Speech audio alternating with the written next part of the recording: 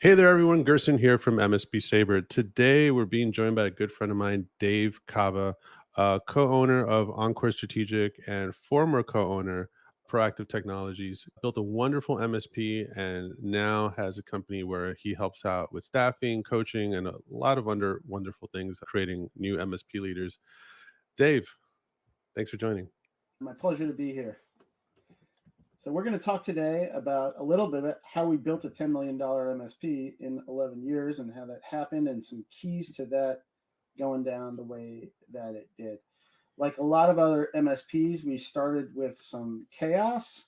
My partner and I had come out of another company that was focused mostly on project work in New York City, doing a lot of trade floor design and relocation work and things like that.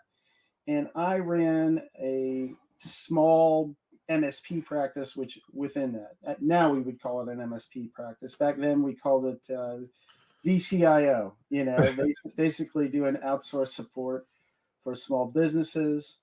It was a little bit of a side project for them when it started. By the time we left there, it was about half of that company's revenue, and things went south with that company. And that led to me leaving there and starting what became my MSP. And when we started, we really didn't know what we were doing. I had never run a business before. We had a lot of demand. We didn't really have any employees. We didn't have a good plan. We stood it up very quickly, and it was total chaos. We sold a lot right away. We had to hire some people quickly. We hired 12 people in our first year, which I think is pretty unusual for this industry. But all the Mhm. problems we had were the same problems that other MSPs had, just magnified. We were billing everything by the hour. We didn't have any kind of management in place. We were trying to stand up ConnectWise and Kaseya as we were servicing clients. We didn't. I tried to do the ConnectWise implementation myself, which was a giant mistake in hindsight, and things were just really messy. And you can only imagine the hours that we were working. I was barely getting home, and eventually we got a handle on things and built a really good business. So I'm going to talk about some of the things that we learned along the way, because we've identified three keys that were really crucial to us succeeding with our MSP and having a terrific exit. The first one I'm going to talk about revolves around sales, which is a concern for just about every MSP out there, especially if they're smaller, because if you don't have revenue, you don't have much of anything else. So I'm going to talk to you about how we sold and how we got in a good lane and kind of got that figured out. It's a little unorthodox Mhm. compared to a lot of what's talked about out there. And I don't know that it necessarily flies in the face of what's talked about out there, but at the very least, it will complement it and give people something to think about.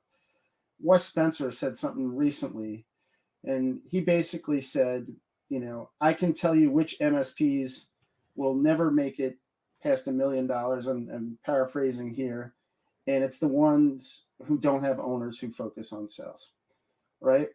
And that in and of itself kind of flies in the face of some of the things that you hear out there, because a lot of us are engineers. I came from a systems admin background. I was technical. And at some point, I felt like my future was in management because I wasn't as good technically as some of the people I worked with. I came to realize later on, when I had some perspective, that I wasn't an idiot. I just worked with really, really sharp people. I wasn't as sharp as them, but I didn't realize how sharp they were. Now I look back and say, wow, that was a rock star crew back when I was working in the .coms in the late 90s. So we were rolling along. We had a lot of business. Things were totally chaotic. And at some point, we brought in a consultant, a coach, to work with my partner and I.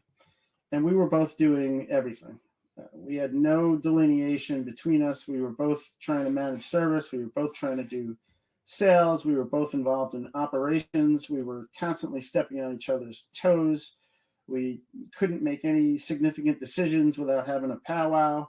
And it was a really hard way to run a business. So this guy came in and he said, I've probably worked with 30 different MSPs that are 50-50 partnerships, and I've helped most of them divorce.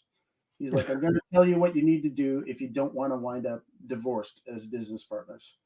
He said, we need to identify your job and his job. And basically, he said, one of you needs to run sales, and one of you needs to run operations, is the oversimplified version. He said to my partner, I think you should be the sales guy, and I think Dave should run operations. And at first, we both chafed a little at this because, we both had our hands in everything, and we were both pretty good at a lot of it. Long story short, him taking over sales and me taking over operations was absolutely critical for our partnership surviving and thriving. So that was a turning point. The other turning point was this. We had some clients that were in the financial services market, in hedge funds and private equities. And we found that business came to us relatively easy compared to some of the other MSPs that we were talking to and friendly with. We knew of several MSPs that were much larger than us and very successful, that were all trying to break into that market. And they cared about it so much that the owners were actually leading those initiatives. And yet we were routinely beating them on sales opportunities in that market. And we had resisted vertical specialization and branding ourselves that way because we thought, well, if we do that, we'll close off all kinds of other opportunities, and we don't want to be pigeonholed. What if there's another financial crisis? And we really resisted that vertical specialization. And it was seeing all those other MSPs failing to break into that niche that made us go, maybe we're onto something here. Like, why do they want to get into that niche so badly? And why is it relatively simple for us compared to them? And we made a decision, and we weren't sure it was the right decision at the time, but we made a decision to brand ourselves as a boutique financial services MSP. That was about 2.5 years into the business. And what that did was open opportunities with a lot of startup hedge funds, the groups at the large investment banks that helped those hedge funds to launch, took notice of us. They started taking meetings with us, and we just started getting fed business. Hedge fund owners talk to each other like dentists talk to dentists and lawyers talk to lawyers. And we started to get a lot of incoming leads rather than us going around and beating the bushes for them. So with one partner fully focused on sales and warm leads coming to us, our sales took off. Years later, when we were in a Gary Pica seminar, he said, how many companies in this room? There's 150 people in the room. How many companies in this room average $4,000 a month in net new MRR? And we were at almost $10,000 a month in net new MRR by that point. And we were the only ones in the room to raise our hands. And I really attribute that. Oh, that was you? Yeah, sorry. You probably were in the room now I come to think about it. Yeah. We really attribute that to having an owner fully focused on sales and having that penetration into a specific vertical niche that led to viral sales. The second key was really selling the right thing. So we started the business in 2007. We figured out right away that if we started productizing some things and selling them at flat fees, it could turn some bad clients into good clients because we were all break fix, all hourly. And were you taking examples that you had seen other people do, or as far as wanting to productize? Well, at that time, managed services was really a new thing, right? There wasn't a lot of companies doing all-in managed services. 2008, 2009, 2010, it was really in its infancy, right? So we were selling what a lot of other people were selling, kind of the silver, gold, platinum packages, or bronze, silver, gold. And when you do that, you don't sell a whole lot of gold. Most people will figure that they can save money by not buying an all in package and just not picking up the phone when they didn't really need to. Their infrastructure gets old. They're not quick to replace computers. They only call you when something breaks. And you're in the business of firefighting, Hmm. right? And you're only getting paid when things break. So we figured out pretty quickly that if we at least put everyone on a monitoring and maintenance package, this client that never calls us, at least we can get $200 a month out of them for doing very little. And $200 a month for a half hour of work, hey, that's a great client versus a useless client because we're not making anything off of them. And that was the beginning of kind of understanding that if you can get paid for things that just work or get paid to keep things working, that's much better than getting paid to only come when things break. And the way I would describe it years later, particularly in sales opportunities where the client indicated that they were only interested in having an hourly support company, I would say, we are in the business of growing gardens, not driving ambulances. And, Mm. and a lot of companies that call themselves MSPs are still really in the business of driving ambulances. There's a lot of problems with that. Number one, if the economy slows down, you slow down right with it. The MSP industry did awesome right through COVID when a lot of other industries didn't, because companies that were selling all in managed services just kept going. There was a greater dependency on technology than ever before, more people working remotely than ever before. And the companies that were already selling flat fee packages, all in MSP packages, their revenues didn't go down, even if the business slowed down for a lot of their clients. I know a lot of owners that were able to take those PPP uh, Loans, yeah, grants and stick them right in their pockets. You right. know, the but the fact is, in this industry, a lot of companies that call themselves MSPs are still doing a lot of hourly work. I know because we work with them and we see them. And everybody uses the moniker MSP, and most of them sell some recurring revenue, but they're not completely focused on it. They'll sell it if they can, if they see a crime of opportunity, if you will. But if they can sell hours, but they don't think they can sell managed services, they just won't sell managed services. And it keeps them on an old business model and puts them at a significant disadvantage to companies that are really selling all in managed services. And the reason for that is that those companies are going to be a lot more profitable and be able to mature their business a lot faster because their revenue is not directly tied to labor in the same way that a company that is doing hourly billing is. There's all kinds of disadvantages to hourly billing, right? You get resistance when you try to be proactive in keeping client networks healthy, right? A much higher percentage of your work is reactive, right? You can't schedule it. It has to be done now. It has to be done today. It has to be done tomorrow. And that means that you have to have people at the ready, who aren't going to be busy 100% of the time. You can't schedule out 8 hours of their day because they have to be ready for things to break, right? And that winds up being more of your staff. One challenge that always stuck with me also just doing time hourly billing is that oftentimes I would lose a little bit of time in the review because there's certain clients that they want to look through the hours, they want to look through the log, and then they start challenging. And to them, they can just shave off an hour or two here. That's a gain for them. And it just became like an ongoing thing with not all clients, but enough of them that it made you kind of rethink the whole approach. The quality of those time entries becomes really Right. important. There's a lot of extra time spent reviewing invoices. Right. I would have to massage all the time entries before the Me client too. could even see it. Yeah. And what a lot of people don't think about is the cash flow implications. So I'm gonna run you through some pretty mind blowing math, Mhm. right? So let's say you're an hourly tech support company. You can use the name MSP, whatever. You do work for a month. So do work from March 1st to March 31st.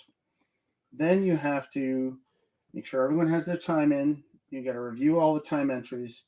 You send out an invoice. Then on average, that invoice can take, let's say, 25 to 40 days to get paid. So let's say a month. So you do work on March 1st. That work gets invoiced around April 15th. Then it takes 30 days to get paid. Basically, you're getting paid 2.5 months after that work has been done. When you're selling all in managed services, you can actually bill it in advance. The Hmm. bill can go out the first day of March, the bill can go out the 20th of February. You can collect on that bill through ACH payment automatically, right? You're basically shaving 2.5 to 3 months off of when you receive compensation for your services. The cash flow implications are massive. You're basically talking about taking a an quarter of a year of revenue and moving it up 3 months instead of back 3 months. And if you wonder why break fix shops are always cash poor, a lot of the reason the system by which they work and invoice and get paid is just so much less efficient than with true managed services done right. Um, the other thing that selling managed services does is create what we call MRR, recurring revenue, and that builds value in the company. A lot of MSP owners are thinking about what they can put in their pocket that month or that year, but they're not thinking about eventually exiting the business. And there's two things that matter when you go to sell a business, two things that matter more than everything else. That's the amount of recurring revenue you have and your profitability, right? And if you have high profitability, and really buyers are looking for both of those things, not one or the other. They're looking for those things in to be in sync. If you have a lot of recurring revenue, they'll still buy your company. They just won't pay you all that much money for it. And if you have a lot of profitability but not a lot of recurring revenue, they'll buy your company for even less. What you really want is profitability with recurring revenue. So in 2011, we made a monumental decision, at least for us, that we were only going to go to market with all in managed services. Mm. That eventually we would add platform to that all in support package, so that eventually all we sold was an all in support package with the back end of the network included for a very high per seat price. I mean, we were in New York City in financial services, but our standard go to market rate by the time we sold our MSP in 2019 was $495 a seat, and our average for our client base, which included a lot of legacy clients, was $375, and that is before the days of really heavy security being bundled in.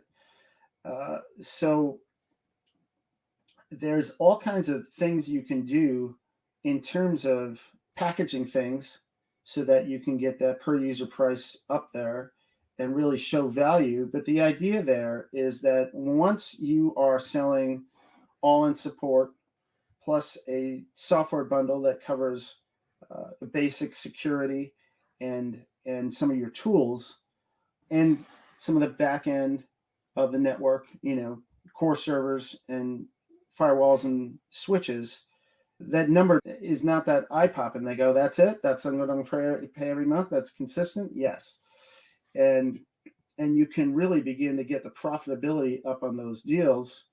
One of the most basic metrics that MSPs should look at is agreement profitability. The most basic form of that is to look at effective rate. That's a very simple calculations. How much did we charge for services this month and how many hours did we spend at the client? And that rate could be anywhere from $20 an hour to $500 an hour, depending on how chirpy the client is and how much their technology works and how difficult the people are and how much you're charging. You really want to get that effective rate into a healthy place, and bundling things together, doing all in managed services and pricing them right is the key to doing that. So let's talk about pricing for just a second, Mm-hmm. because I see this all the time. Gerson, you're probably on all the same Facebook groups and message boards that I am. Mm-hmm. And at least once a week, I see hey, what's everybody charging per user? Or, hey, what's everybody charging per computer? Or, hey, like my competitor down the street is saying that he can service clients for $40 a seat. How's he doing that? And how do I compete against that? And basically, I tell people this is the only business in the world where people are not pricing things based on how do I make money. Every other business in the world, it's the most basic calculation. Your first day of any business class, even if it's high school, it's price minus cost equals profit. How many MSPs are not doing that calculation? They don't know their costs. They're pricing things according to what they think it will take for them to win the deal. So their profit is a complete mystery, right? There's no plan to be profitable. They're just winging it and hoping the profit is there. And you can't run a business like that. So I tell people you have to figure out your costs, including your labor costs. You have to know how much time you're spending at clients on average. And you've got to price things for profitability. You have to plan for the profit. And then it ceases to be a guessing game whether you're going to make money on a particular client or in a particular year. And people say, well, we're going to lose deals that way. And I say, yeah, you're going to lose the deals that you should lose, because who wants unprofitable clients? It's much better to sell to the right clients, lose the clients that are going to be predictably C-level clients, and have a profitable business that grows a little slower. And in reality, it probably won't grow a little slower, because you know what businesses grow slow? The ones that don't have the profit to make the moves they need to make. They don't have the profit to invest in sales. They don't have the profit to invest in employees, engineers. Profit fuels a business. You have to plan for profit. And then there's this snowballing effect of we have the money to do the things we need to do to continue to scale. Yeah, the fact that you said plan for profit for me is really key, because I came to a lot of these same realizations just because my background did have sysadmin, but it had a whole bunch of other stuff in there as well. And I took that knowledge to become really good at the finances of the business, and I started kind of slicing and dicing our cost each way. So I started realizing offering VoIP services, how much that was costing, because I actually looked at the support cost and all the licensing costs. I started looking at all the costs that were revolved around just offering help desk services, and what it actually cost me to have a tech, and what it cost me per hour for that tech to provide support. And it gets to a point that when I'm building out the pricing and I'm actually putting that final number on the proposal, even though that's a whole other conversation. That's not when a future client should be seeing your number, that you should be discussing it even before you put a proposal in front of them.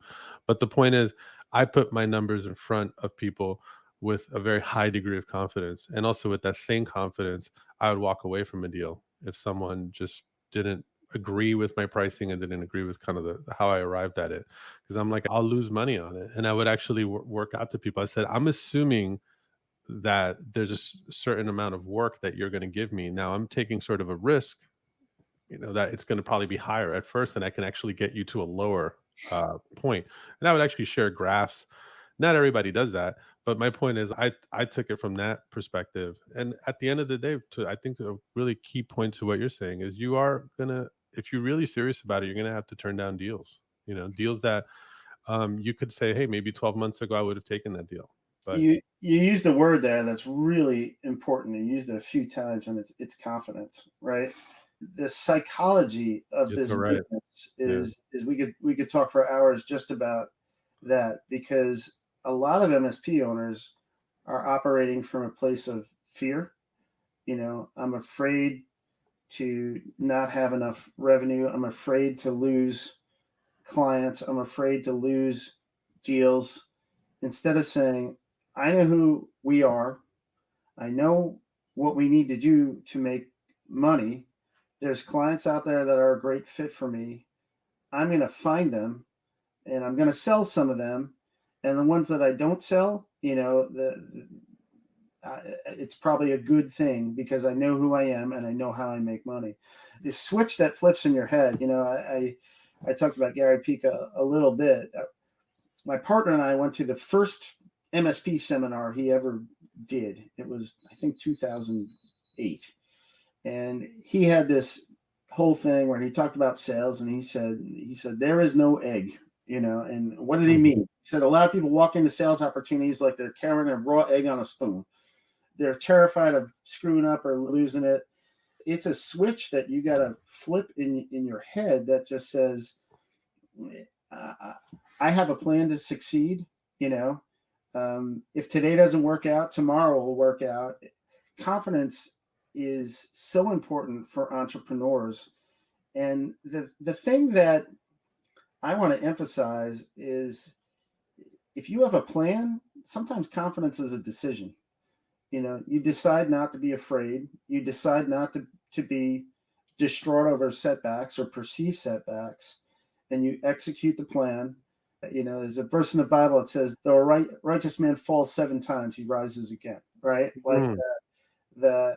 there's nothing wrong with adjusting the plan if you see it's not working, but if you have a plan and you're executing that plan, you go forward with confidence. The mindset of truly successful MSP owners is completely different from the guys that never grow. Oh, something's in my way. How am I going to get past that? Right. Oh, Microsoft changed their licensing terms. A lot of the guys that have been plodding away for 20 years and not really getting anywhere, this is the end of the world. I'm going to go yell at somebody. The big guys are all going, "What do we do? What do we do about that? Is there a way to take advantage of it? Like Right. something to get past. Like and it's a lot of it's mental." Yeah, I mean, to me, I think that's key to, not that's not specific to an MSP. That's key to being an entrepreneur is just adapt. So I hate it when people just sit around complaining about market conditions or this or that or the other. I'm like, you got to learn to adapt. Everyone's learned to adapt. 100 years ago, we were primarily an agricultural based economy. There's been a lot of change since then. So, Right, but I'm saying like a positive, aggressive mindset is so different from a tentative and fearful mindset. So many companies don't sell managed services because they don't think they can sell it. yeah, I've seen people really go into managed services, but I know for me, when I started offering VoIP services, people would be like, that just seems to be like too much of a hassle and all that. And I'm like, it's not for me. Was it at first? Yeah, because I had no clue. But I saw that our clients needed VoIP services, all the partners that we kept referring to them, and I'm like, you got to do it. You got to do it. At the end of the day, to me, I'm like, you've really got to make a decision. Are you trying to build a growing company, or are you just a consultant with helpers? So I Yeah. think you may have another term for that, but Well, that's always the one I lived with. Yeah. we talk about are you self-employed or are you building a business Right. in our book. That's in the pumpkin plan for MSPs, and it's really the first chapter is just some biographical stuff that Sean and I wrote about our troubles and difficulties in the MSP business. We started with that. Am I self-employed or building a business? That's the first didactic teaching chapter in the book because it really is the key thing to think about, especially if you're a smaller MSP. Am I a consultant with helpers? Am I a plumber who brings on an assistant, or am I building something that can stand on its own and have real value? Yeah.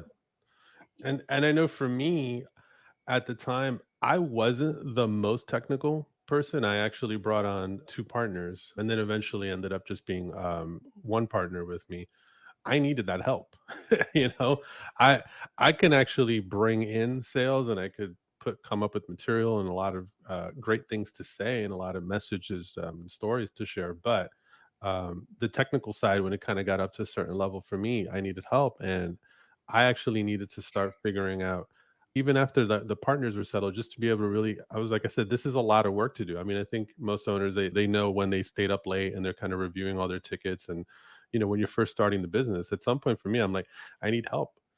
I can't hire people if I don't have a steady growing revenue. Otherwise, I'm going to hire somebody and cross my fingers, hope that I can make payroll. That's just not the way to grow a business. Yeah, you want to be in a position to make moves. So Yeah. let's talk about that. Let's talk about building a great team, because that was really the third key for us. We got to around $4 or $5 million in revenue. There's various plateaus in the MSP industry. I talk about the 10 guys and an owner plateau. 3 million is a known plateau. You get to $2.5–3 million, and some things really need to change for you to keep going. 5 million is another one. You really need to bring some more executive leadership into the company. And for us, I thought, in my ignorance, I thought that we had far surpassed the 10 guys and an owner plateau. And at one point I think it was 21 people reporting me directly, which meant that, and it wasn't even the main part of my job. We didn't have a service manager. We had no middle management, which basically meant that all these people were barely being managed. When it came down time to do reviews, and I was like, is this person doing a good job or not? I don't know. Like, basically, we still had a lot of chaos in the organization, and it got to the point where it was just unscalable. It just couldn't go any further like that, and we were bumping our heads on the wall in terms of having effective operations. Didn't affect sales, but we started to lose clients because we couldn't deliver well with no process and no management. We just had a blob of engineers running around like chickens with their heads cut off, and what were they doing? No one really knew. Um, and it dawned on me that all we really were was that 10 guys in an owner company, not even Mhm. constructed well, because one of those companies can be constructed very well. All we were was that 10 guys in an owner company with two owners. So we had double the number of people, and we realized some things really needed to change in terms of team structure. But we also learned that the way we hired needed to change dramatically. So at some point, I knew that we were growing very rapidly, more quickly than most MSPs. They say best in class growth is maybe 20 or 25% a year. We had a year where we were at 38%, and we were already making good money the year before. We were growing in leaps and bounds, but we weren't very profitable. So I set out to say, I know we had always excused it because we said, oh, well, we're just growing so fast, we just keep dumping money back into the company. And at some point, that's really kind of an excuse, or at least mostly Right. an excuse, right?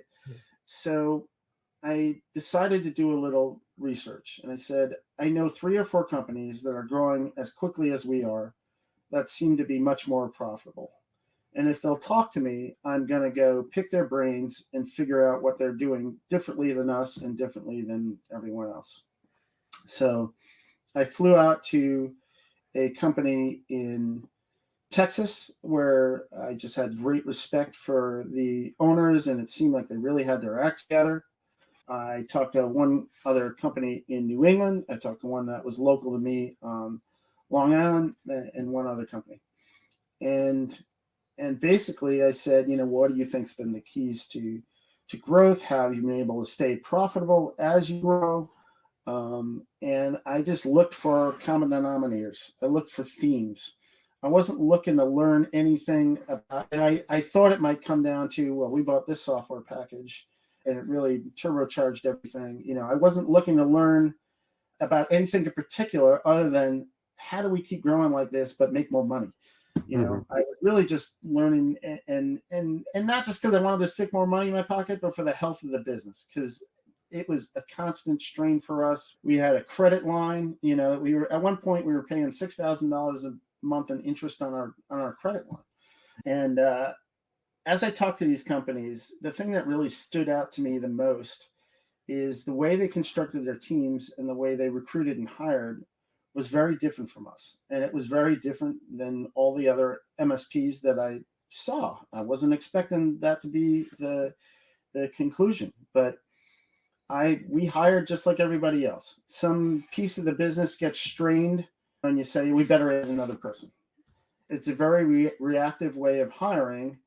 And the other thing about that dynamic is that by the time you figure out you need another body, it's usually too late, right? Right. So you say, we're overwhelmed. We can't get to all this project work. We need to hire somebody. And it takes 4 months to get somebody in Mm. because you're already working 70 hours a week. I was looking at resumes on the train home. It's so funny because my daughter is one of our recruiters now. Yeah. Part of the reason she got to the place where she's one of our recruiters now is because I would be putting her to bed, hanging out in the top bunk, sorting through resumes at 10 o'clock at night. And she'd be, Daddy, what are you doing? I'm looking at resumes. What's a resume? Like, that's where someone talks about the things they've done because they want you to give them a job, and you try to figure out which ones are good and might make good workers. And how do you know if it's a good worker? And I showed her, and she was helping me. She was helping me go through resumes at 10, 11, 12 years old. Wow. But the point is, I was doing this stuff 10, 11 at night. I was doing it my whole train ride home. I'd print 40 resumes at work, and I wouldn't stop until I got through them all. And it was always off hours, and it was very inefficient. And I went to these companies, and they had all brought recruiting in-house. And gotten the initial steps of the recruiting process off of the owners and managers. They were all using aptitude testing, and that's before it was ubiquitous and everybody was doing aptitude testing. They were all very focused on hiring at the entry level. They all had very strong employee onboarding processes. They had in-house training programs. They had career roadmaps. And I said, here I am. The way we hire is sticking a piece of gum in the dam, and these people are over there building an army. And they had a very high rate of internal promotion. The company I went to in Texas, which I can probably talk about now because they sold to private equity a year or two ago, but it's a company called Caltech. At the time I went to see them, they had 71 technical employees, and 67 of them had started out as entry-level first job in IT. Wow. You want to talk about building an army? I mean, like, they were building an army. And what that does is, like, you know exactly what you're getting from people. If they're not going to make it workers, you've weeded them out early on before they're costing you lots of money and really entangled in key client accounts and things. You're getting a discount on them because you're not going out to the open market and paying top dollar. They've only been trained in your way of doing things. You don't need to unteach them bad habits they've learned in other places. So the retention is just wonderful when you've brought someone up like that. What they were doing was so advanced. In the interview process, they were laying out a 10-year plan. And these people were in the middle of nowhere, a very depressed market. And they would just say, hey, you're 22. You want to own a house and a nice car in 10 years? You want to be making $85,000 a year? Let me show you exactly how you can do it. And they'd lay out the whole process. I said, wow, and we had spent $152,000 in the previous 12 months on recruiters. And you were still going through resumes. So it was not completely like a, done for you type of thing. Well, between growth and attrition, we had gotten to the point where we're making between 10 and 15 hires a year, right? Wow. Which is a full-time job, Yeah. I took ideas from some of these companies, took a few ideas from here, took a few ideas from there, and I just said, we're going to try some of this stuff. What do we have to lose? We spent $152,000 last year with mixed results.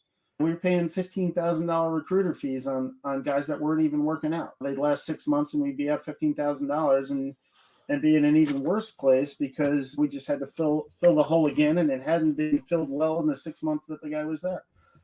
So I just said, well, what do we have to lose?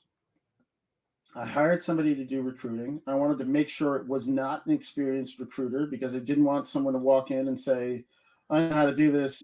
because they knew how recruiters work. They looked at resumes and threw them in front of you and hoped that you hired one. And Right. that's not effective. It's expensive and not effective. I found somebody who had the only hiring she'd done was her own little customer service team for the Yellow Pages online. And she had a great personality, great attitude. And I just said, here's what I'm looking to do. I want to build processes, and then you're going to try them. You're going to build the processes with me. So she and I sat down and developed an entire recruiting process. And then she went to work on it, and the results were amazing. We've dropped our average help desk salary by almost 20%, while increasing the quality of the workers significantly. Our time to hire was cut by about 50%, and our 1 year retention rate was significantly higher too. And I'd spent about half the money we spent on recruiters the year before, and so Had you adapted that model as well, just kind of starting to bring people in kind of entry level to then sort of upskill them through? yes. And we sold the company before this whole, because it really all goes together, right? The hiring for culture fit, work ethic, and brains, right? You hear hungry, humble, smart. It's another version of that. When you're hiring engineers, you don't just want people that are have a high emotional IQ. You want people that actually have a high IQ too. That they're good at deductive reasoning and things like that.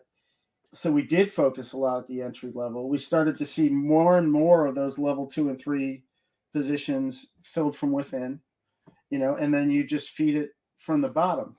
And we sold the company before we really got things to a point of complete maturity in the way that company in Texas had them. Hmm. We saw so much progress that when I sold the business, I said, I think we're really onto something, because every MSP that gets to a certain level and wants to keep growing is gonna figure these things out, and a lot of them haven't. I think we can really help them, and that's how with Encore we wound up getting into recruiting. And we've learned a lot in the process. And now basically whenever I onboard a client, I try to go there personally and do a paid onboarding that's a few hours. And part of it is just explaining this whole mentality and this whole process that just says we do things completely differently. We're looking to build teams, not place bodies. And the other part of that is having a healthy structure where roles aren't overlapping, people know exactly who they report to, and you've structured the team for accountability, for mentorship, and for clarity, rather than just throwing a bunch of bodies at a bunch of stuff and hoping that things will work out. So now when we do recruiting, because Encore, when we look at our mission, it's to help companies, MSPs, profit, grow, and exit. Our job is not placing bodies. Our recruiting services feed that profit, grow, exit vision. And we see those services as totally complementary. So I don't want to get into the infomercial here, but it's so different than a headhunter mentality. On a regular basis, a business owner will come to me and say, I need a level 3 engineer, or I need a service manager. I need an account manager. And I'll just say, well, tell me what's going on in your company. Let's take a look at your org chart. And I'll tell them, this is pretty counterintuitive. No recruiter would ever do this. Just say, no, you don't. That's not what you need. Things are all jumbled up here, and you're doubling down on a mistake you made 2 years ago. Let's take a look at how to structure this team in a healthy way and figure out what you really need next to get to where you need to go. So, Wow, that's amazing.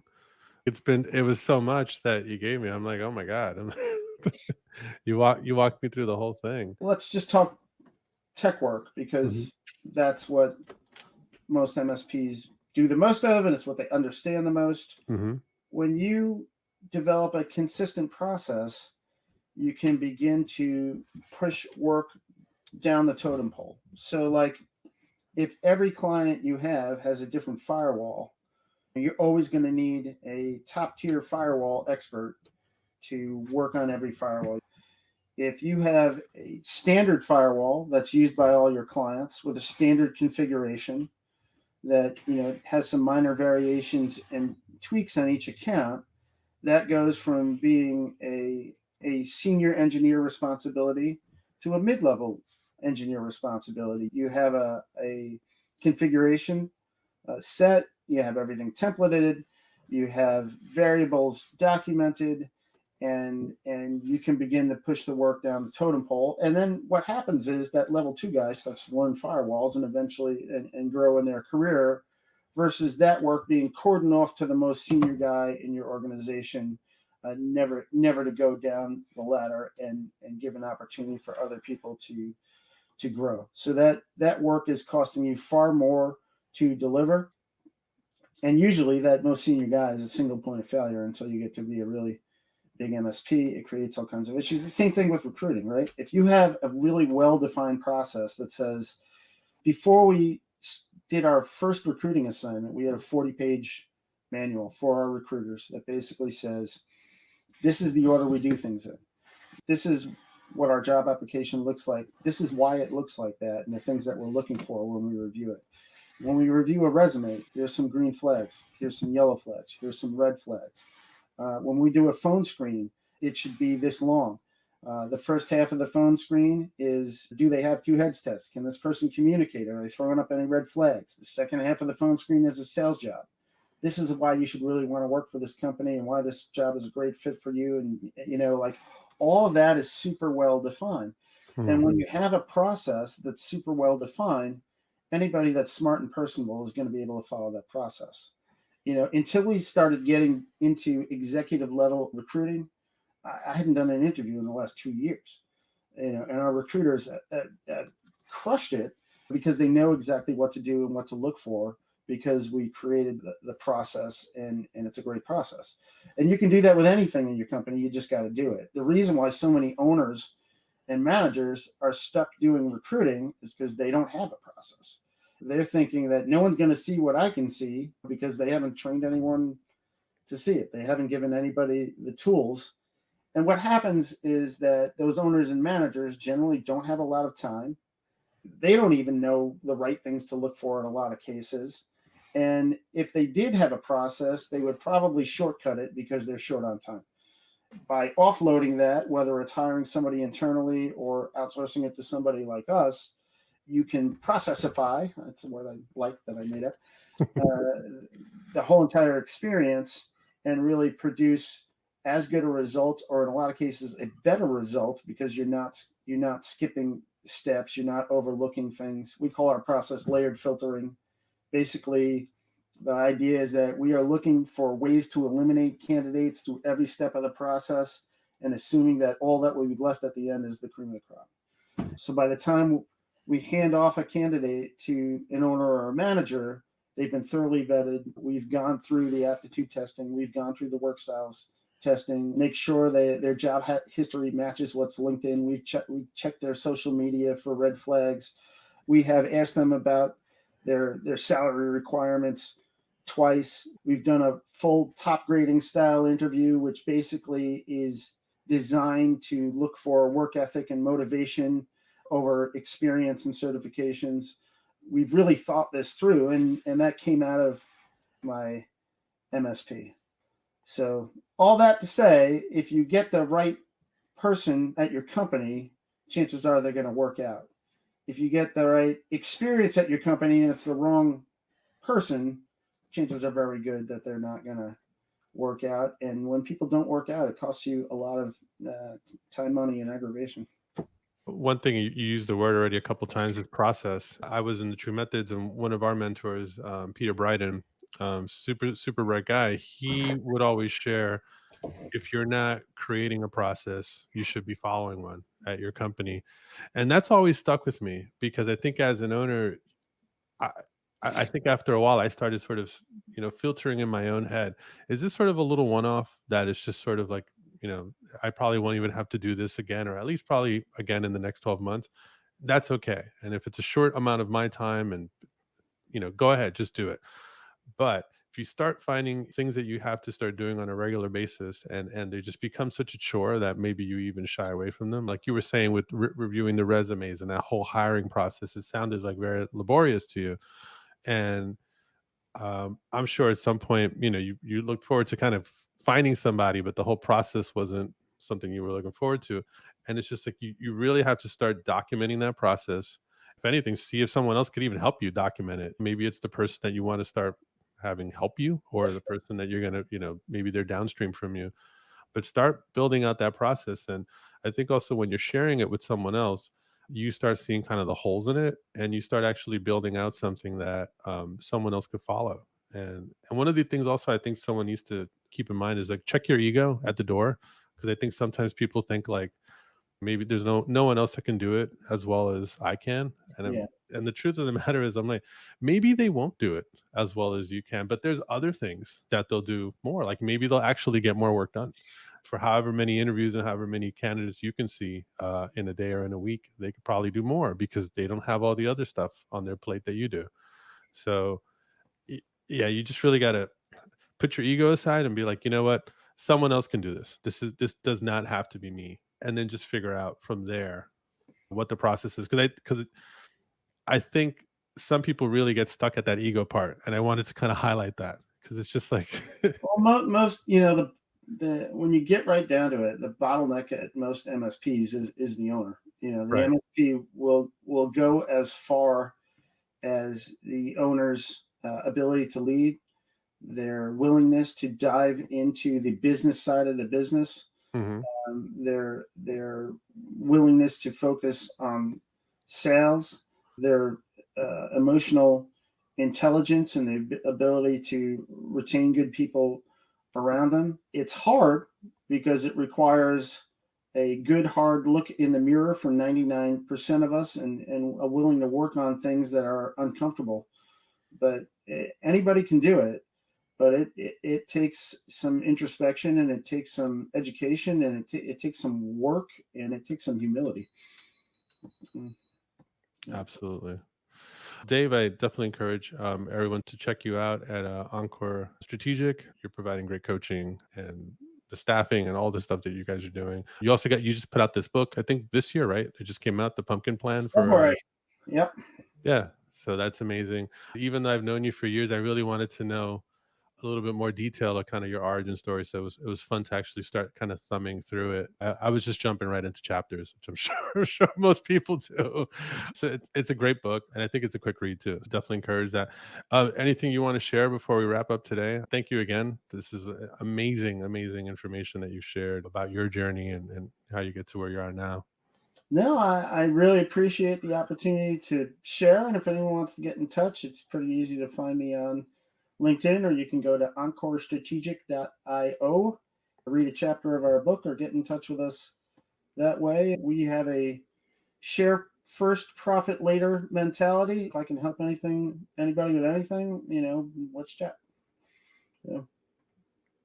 Amazing. Yeah, your partner's amazing as well. He's got a wealth of knowledge as well to share. So you're in some good company over there. I like it. Um, well, thank you again, Dave. We'll wrap it up, and definitely again reach out to Dave if you want to chat or you think he can help you. All right. Thanks. Thanks.